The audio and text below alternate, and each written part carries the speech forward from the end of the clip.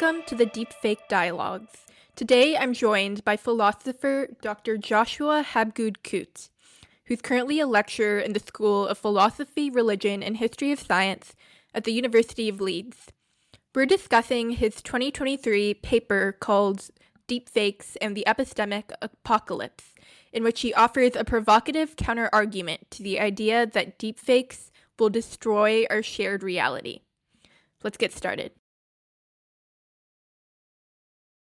Hi, Dr. Habgood-Coote. Thank you for joining me today to discuss the impact of deepfakes on our epistemic reality. A common narrative today is that deepfakes are ushering in an epistemic apocalypse, a crisis where video evidence loses all value and we can no longer tell truth from fiction. Can you explain this argument to our listeners and whether you agree with it? Yeah, thanks, Rashmita. So,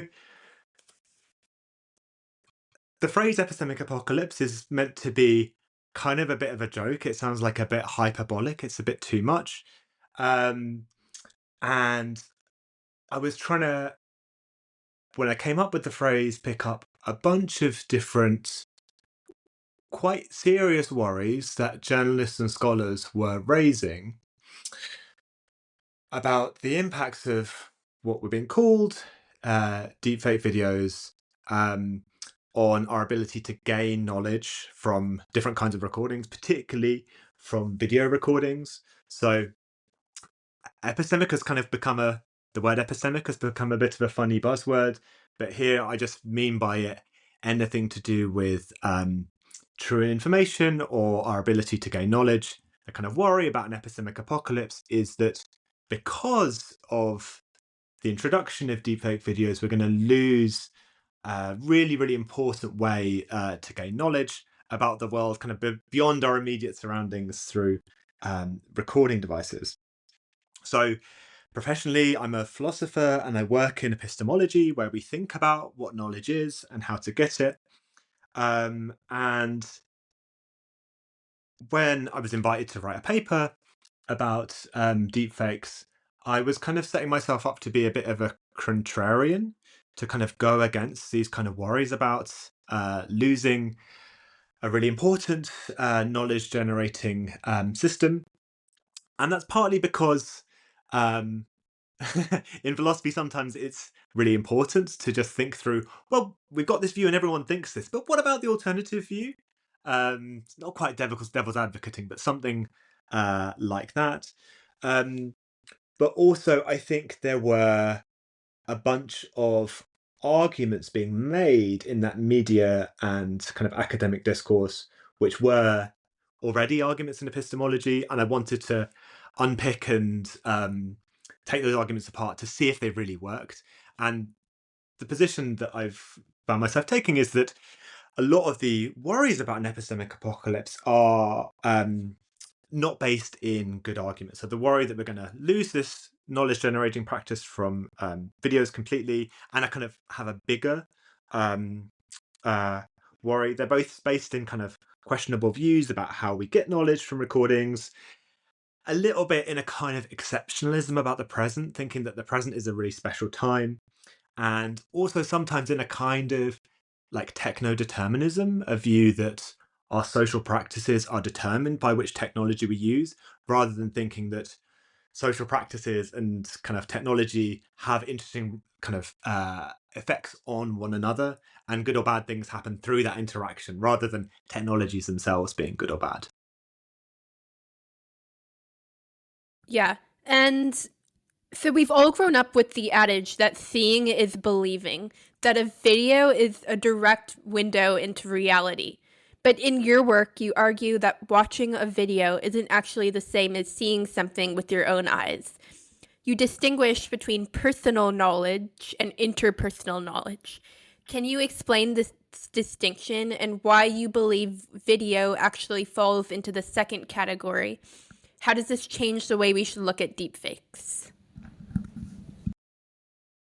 So by thinking about kinds of knowledge here, I'm thinking about sources of knowledge. So there's a debate about like whether knowledge how is the same thing as knowledge that. That's two kinds of knowledge. Here we're interested in knowledge of facts, but different sources of knowledge of facts.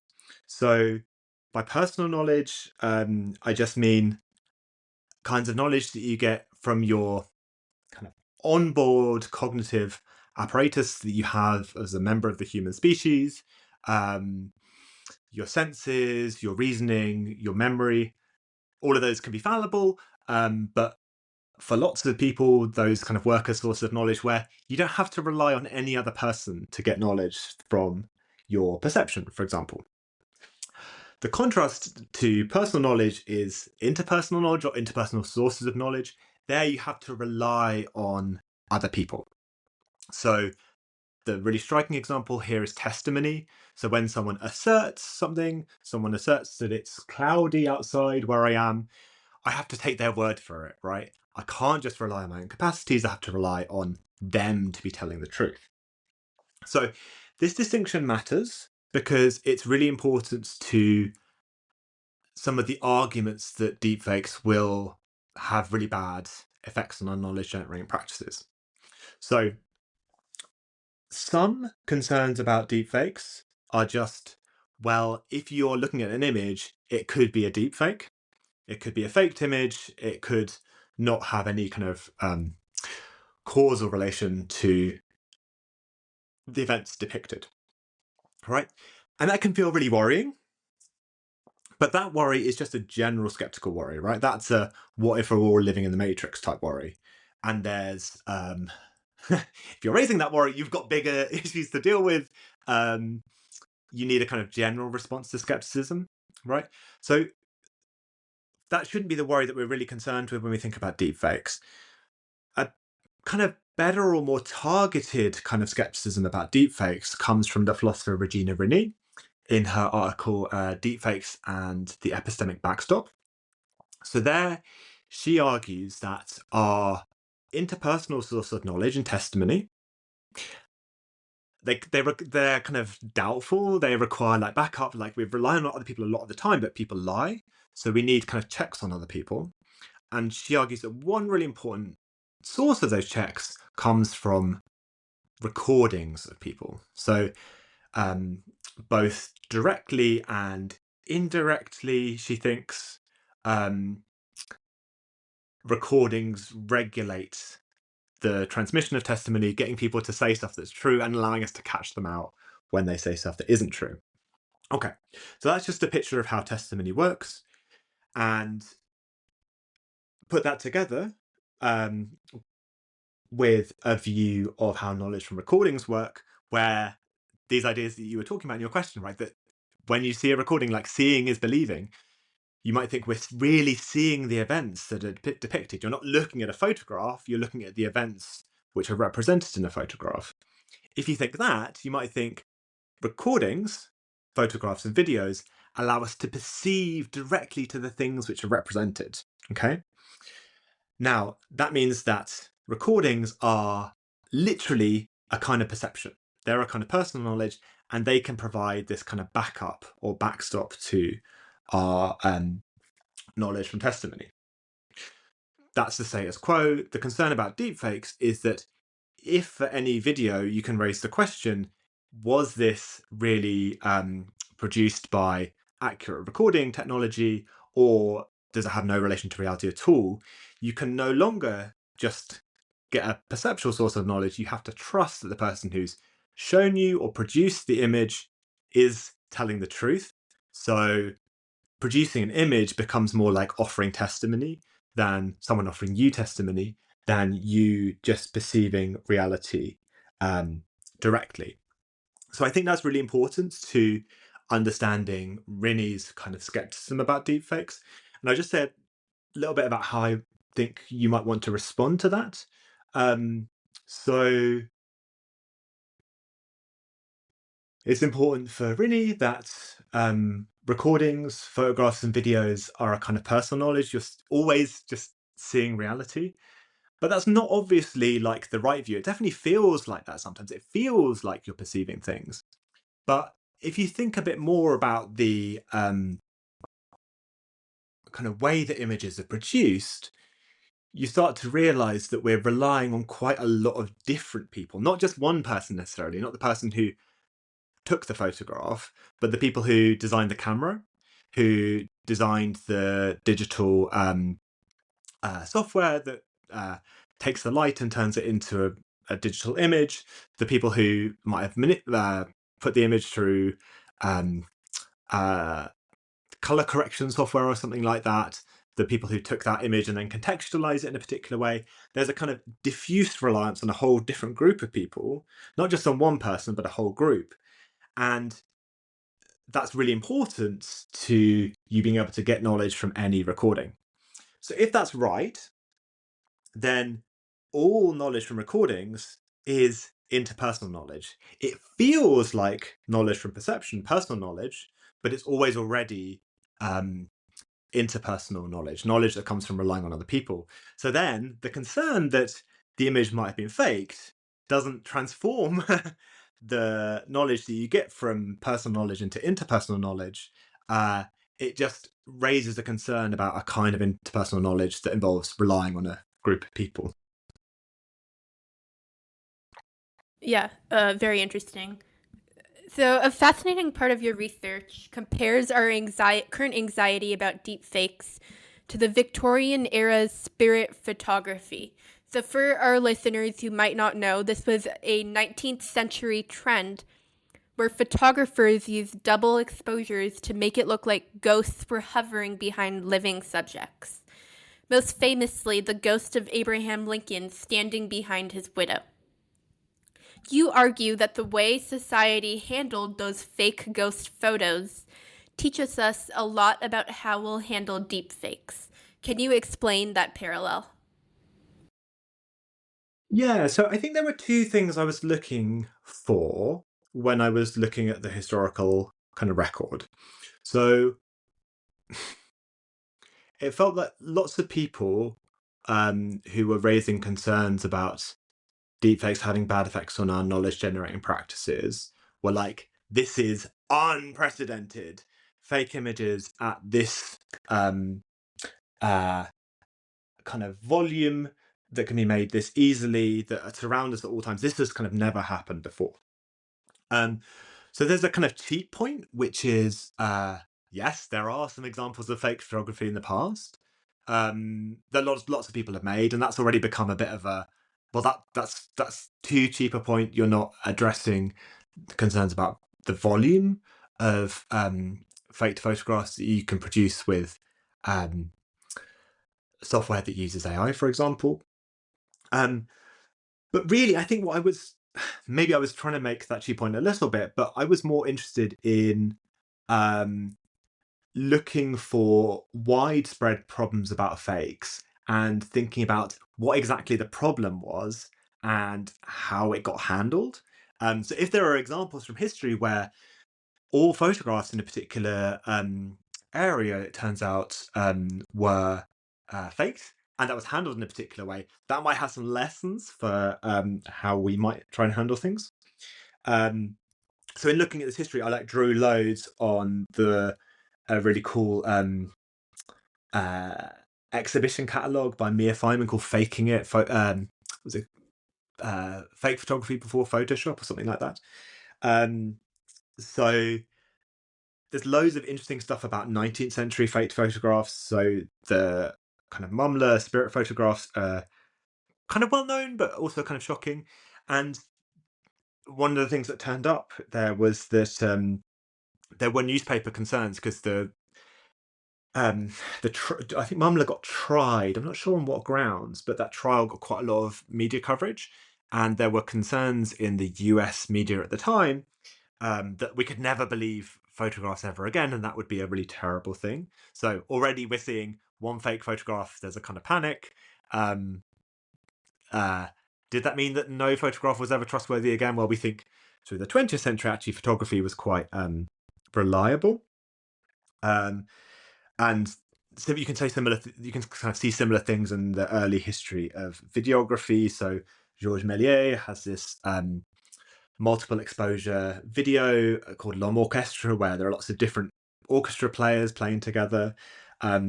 And he also, I found that this after I wrote the paper, he entirely faked a version of the coronation of Edward VII of Great Britain. Loads of people wanted to watch the video, but they weren't allowed to film inside Westminster Chapel. So he built a kind of facsimile of Westminster, I think it's Westminster Chapel, in France, and hired actors to make this faked video. So the most interesting, so the most interesting little historical vignette that I found was from the work of the historian Andy Tucher. So this is a little bit later than the Mumler spirit photographs, but she looked at the way that around the turn of the 19th into the 20th century, photographs in the US news media were making the transition from etchings, where people would draw an image of something and then reproduce it mechanically, to the point where photographs could be directly reproduced mechanically. And one thing she finds in the historical record is that etchers were faking. They were touching up and beautifying their images to make them look better and sell more newspapers. But when the shift across to mechanically producing photographs happened, they kept up that practice of faking. And there are contemporary photographers being really explicit, saying everyone fakes. We just do it all the time. So kind of plausibly, all or most photographs printed in the US news media from about the 1880s to maybe like 1905, they're faked to a greater or lesser extent. And it's really interesting to see how, this is from Tucher, how they got out of that like widespread faking into a more reliable practice.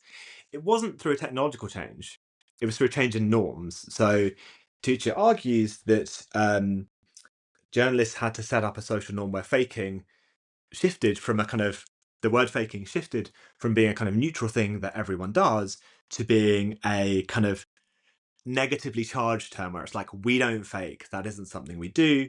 And so you kind of have a social norm against faking photographs, not a technology that allows you to find fakes.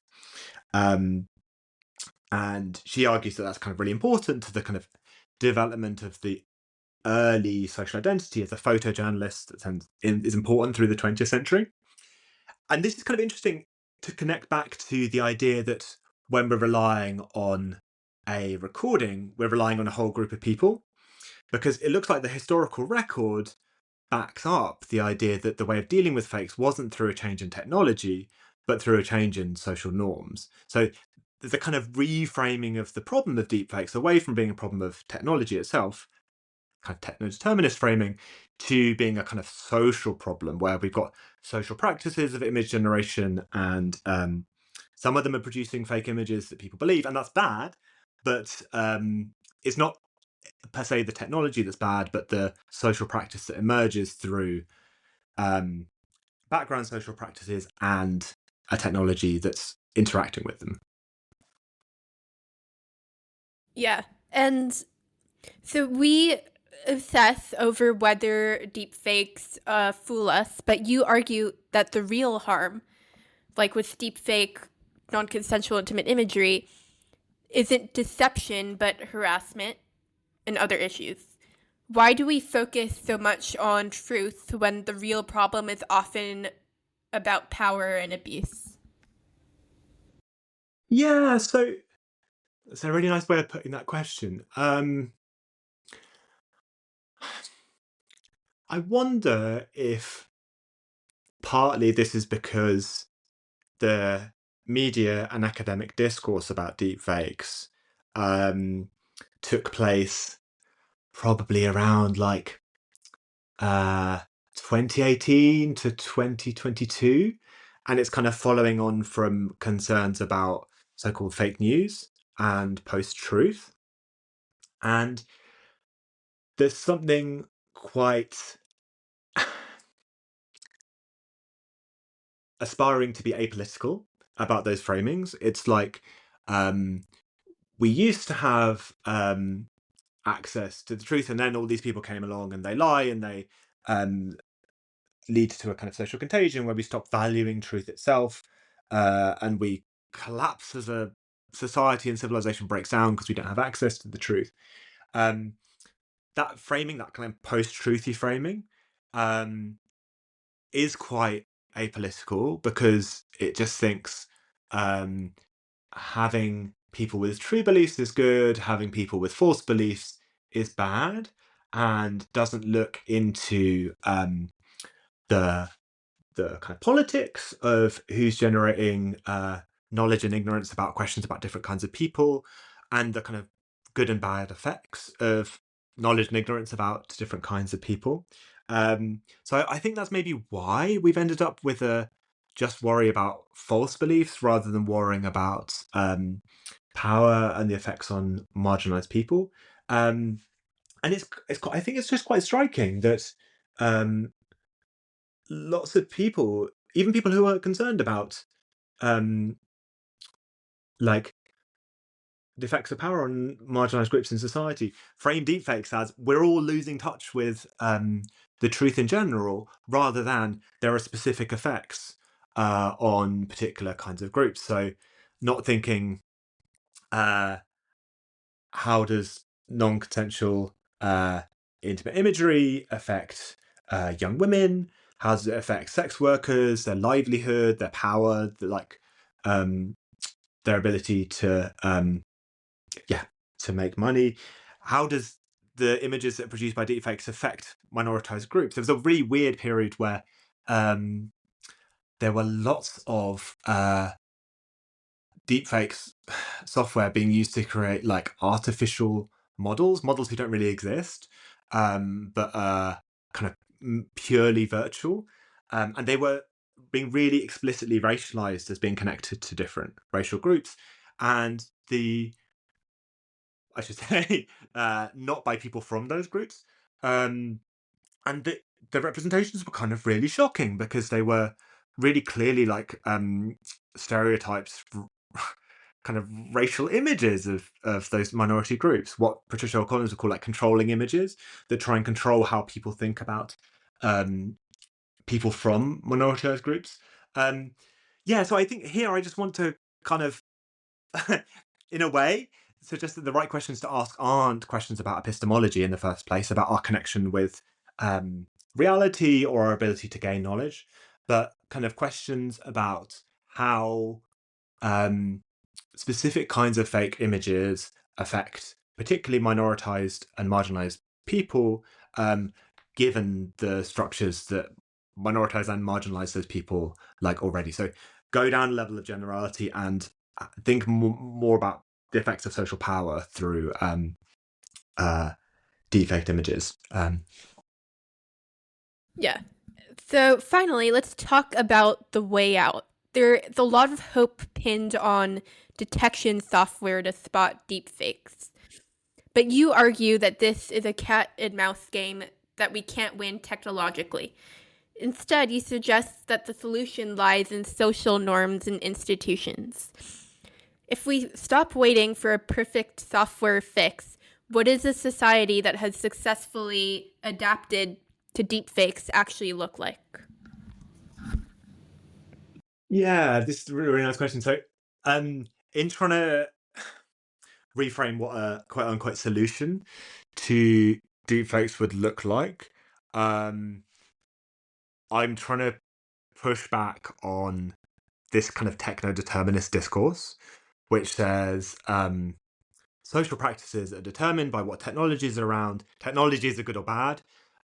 So when we've got technologies having bad effects, what we need is more technology. And the pushback on that is technologies have bad effects through their interactions with social practices. So this kind of like idea that social practices are going to be the solution, or like a way of ameliorating our position with deepfakes, has it's kind of just general strategy. There are lots of different ideas within that. So, pulling on the historical record, we might think about social norms around deepfakes, and maybe about the production of like AI images more generally, shifting from I think when people post like AI images, a lot of the time they're like having a laugh. They're not taking them seriously, but shifting that meaning from posting an AI image as like fun to thinking that's you've broken a social norm. That's not a thing to do at all. Which is the kind of parallel thing to photojournalists having a social norm against faking in the early 20th century. Partly, totally, we need to be thinking about legislation, which is itself a social intervention, trying to change a social practice. So, in the case of non-consensual sexual imagery of people, it seems to me pretty clear that strong legislation against non-consensual sexual imagery would be a really good idea. It's a really important part of like our social power, our ability to like have power through social space, to be able to control our image and how we're presented within social space. And if anyone can produce any image they want of you, including sexual images, you don't have that power anymore. Another like social practice to think about is the practice of journalism, right? So a really important background fact here is that journalism is getting funded a lot less than it used to. That means there are fewer journalists working with fewer resources, and they're able to produce less news. Here, I don't want to do the like post-truth thing of we want to defend mainstream media, whatever the biggest news sources are, they're the best ones to fund and defend, because it seems to me that those kinds of institutions have got quite a lot of things wrong and have quite a lot of problems. Like, obviously, like some of them are owned by very rich individuals who can control news agendas, and that's a bad thing. So we don't want just to fund big media institutions, but a whole range of different kinds of media institutions, including community media institutions and specialist media institutions for like particular groups who have particular interests. But I guess I also kind of think when we're thinking about, yeah, what it would look like to have a society that's fully adapted to deepfakes, that I kind of just want to push back against the question. So all of the things I've just described would be good things to happen. But I think the picture of the problem of deepfakes that I've got from thinking about the historical record is that there's just a really long-term problem, a kind of persistent or ineliminable problem about faked images and how that gets handled. And I don't think there's any like solving that problem. There's just management and better and worse ways of managing the problem. So I don't really think there's ever going to be a kind of solving, but a kind of better or worse equilibria positions. At the moment, it seems like we're shifting to like bad equilibrium position, something like US media at the beginning of the 20th century. But it's not like faked images are. We're going to have no faked images ever. It's just about minimizing their bad effects and thinking about them within social practices, and think about the harms of those images within social practices. Yeah. Thank you so much. That was a really insightful conversation. Thank you for joining me. Thanks, Smita. Thank you for listening to this episode of the Deepfake Dialogues. If you found this conversation insightful, please follow and leave us a review. It really helps get the word out. See you in the next episode.